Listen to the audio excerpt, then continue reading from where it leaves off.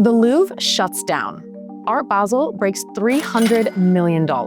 Italy slashes tax on art. And the Benin Bronzes make their way home. Here's what happened this month in museums, markets, exhibits, and culture. In museums, tourists expecting to see the Mona Lisa in Paris were instead met with locked doors. Why?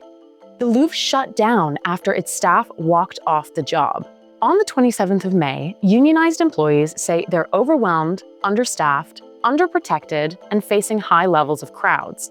Picture thousands of visitors pouring into historic galleries with barely enough personnel to manage the chaos. Staff cited worsening working conditions, dangerously understaffed galleries, and an alarming rise in visitor aggression. Imagine trying to protect the Mona Lisa while also acting as crowd control for thousands of frustrated tourists.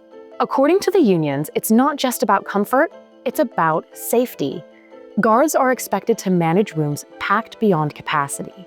Some workers even report being verbally abused by guests, frustrated with long lines or no-shows, like the Mona Lisa room closure. But this isn't just about Paris. Museums across Europe are facing the same pressure. Booming tourism, but slashed public funding. If the Louvre can't keep up, what does that mean for smaller institutions? After the Louvre strike, the French government pledged major reforms across national museums by 2027. Culture Minister Rachida Dati called staff concerns entirely justified and announced a national plan addressing crowd control, staffing, and safety. While unions welcomed the gesture, they remain cautious, warning that without firm timelines and funding, these promises could fall short of real, lasting change. But will that be enough? What do you think needs to change here? While France is struggling to manage too many art lovers, Italy's trying to get theirs back, with a bold move that's catching global attention. In culture, the Italian government dropped a major bombshell for the art market, slashing VAT on art sales from 22% to 5%. That is a huge deal.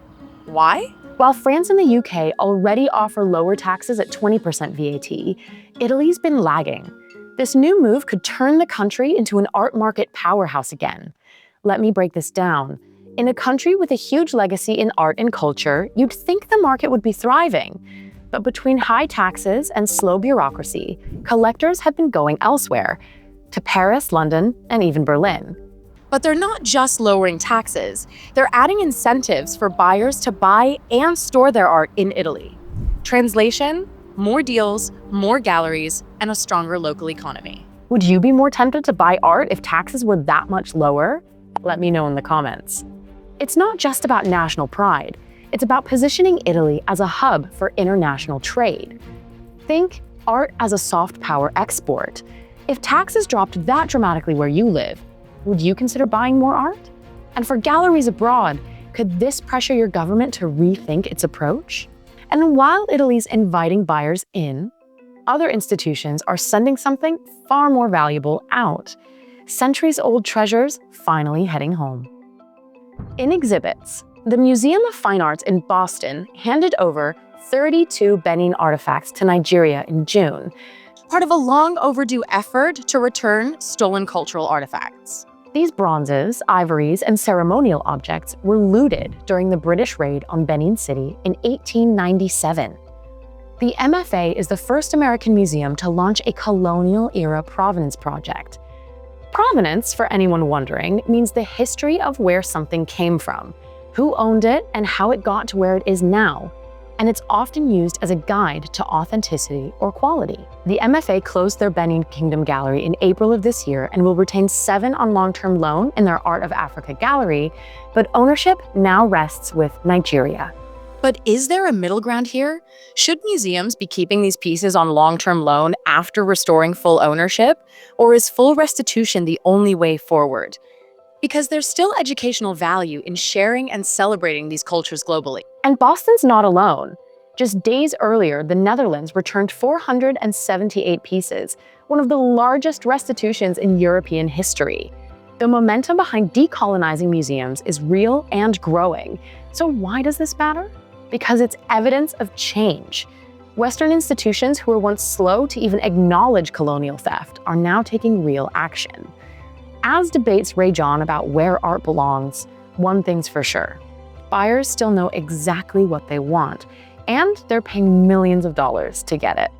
In markets, Art Basel 2025 just wrapped, and let's just say it's still a collector's paradise. In just a few days, works flew off the walls for 7 and 8 figures. throughout the fair, a Gerhard Richter sold for $6.8 million, Ruth Asawa, $9.5 million, and a David Hockney sold for an estimated $13 to $17 million. And that's just a fraction of the action. Big-name galleries such as David Zwirner, Hauser & Wirth, Gagosian cleaned up throughout the fair. But here's the thing. Mid-tier galleries are reporting slower sales. More calculated. Buyers are playing it safe. Less speculation, more blue-chip museum-quality art. This tells us something. The high-end art market is doing just fine, but it's getting selective. Collectors want proven value, institutional clout, and cultural weight. So what does this mean for the future of young artists and smaller galleries? Is the market consolidating at the top, or is something bigger brewing beneath the surface? What do you think the industry needs to champion the emerging and mid-tier artists and galleries to get things moving? We'll be watching. From labor strikes to record-breaking sales, July showed just how fast the art world can shift. Politics, ethics, and economics all on the table. So now it's your turn. Drop your thoughts in the comments. What story hit hardest? What trend should we cover next? And don't forget to like and subscribe so you can stay up to date with the museums, markets, exhibits, and culture in the art world. I'm Alexandra, and thanks for watching the Art News on Art Insider.